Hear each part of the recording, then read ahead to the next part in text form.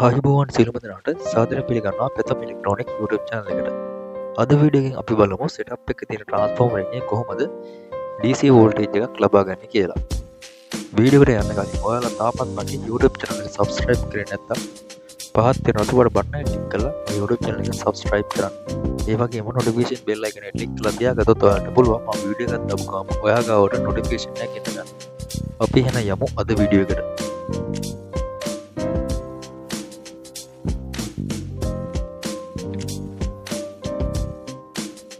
මේ තියෙන්නේ Sony setup එකකින් ගලවගත්ත transformer එකක්.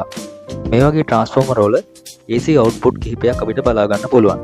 ඉතින් මේ transformer එකේ AC volt 70, AC volt 24, AC 12 volt ඊට අමතරව AC 9 volt සහ 5 volt මේ transformer එකෙන් අපිට output එක විදිහට ලබා ගන්න පුළුවන්.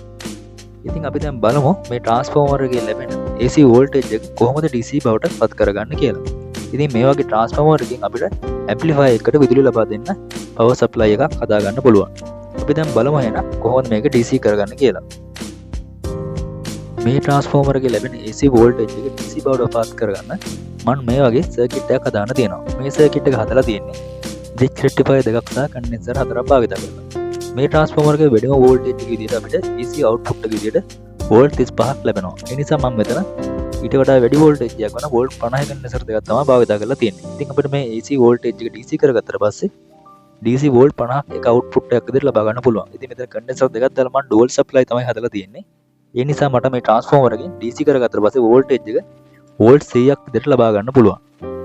ඊට අමතරව මම මේකේ තියෙන 24 line එකත් වෙනම අරගෙන තියෙනවා. ඒ සඳහාත් මම වෙන bridge rectifier එකක් දාලා DC කරගන්න තවත් circuit එකක් හදාගෙන තියෙනවා.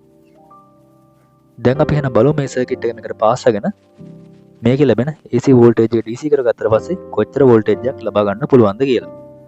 මුලින්ම මම මේ AC wire cord එක මේකට මේ විදිහට පාස් කරනවා.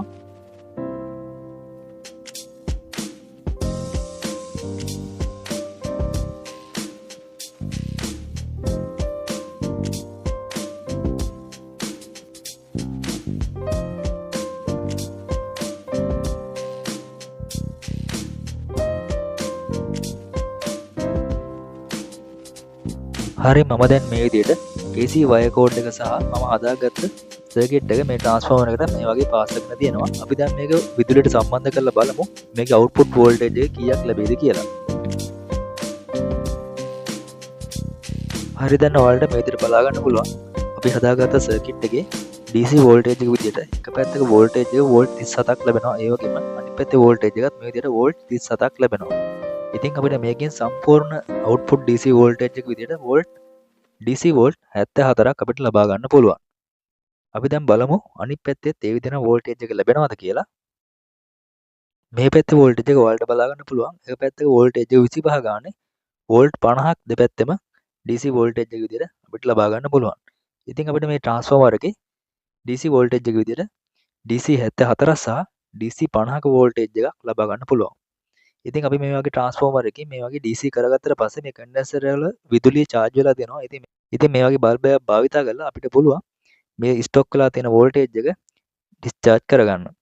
එහෙම නැත්නම් ඔයාලට විදුලි සැර වදින්න පුළුවන්. සාමාන්‍යයෙන් DC volt 70ක් කියලා කියන්නේ දැනෙන විදුලියක්. ඉතින් ඔයාලට විදුලි සැර වදින එක වළක්ව ගන්න මේ වගේ බල්බ් එකක් භාවිතා කරලා මේක discharge කරගන්න පුළුවන්.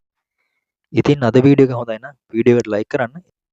ඉතින් ඔයාලා තාමත් මගේ YouTube channel එක subscribe කරේ නැත්නම් පහත් තියෙන රතු පාට බටන් එක ක්ලික් කරලා මගේ YouTube channel එක subscribe කරන්න. ඒ වගේම notification bell icon එක ක්ලික් කරලා තියාගත්තොත් ඔයාලට පුළුවන් වීඩියෝ එකක් දාපු ගමන් ඔයා ගාවට notification එකක් ගෙන්න ගන්න. අපි එහෙනම් තවත් අලුත් වීඩියෝ එකකින් හමු වෙමු. එතෙක් ඔබට සුබ දවසක්.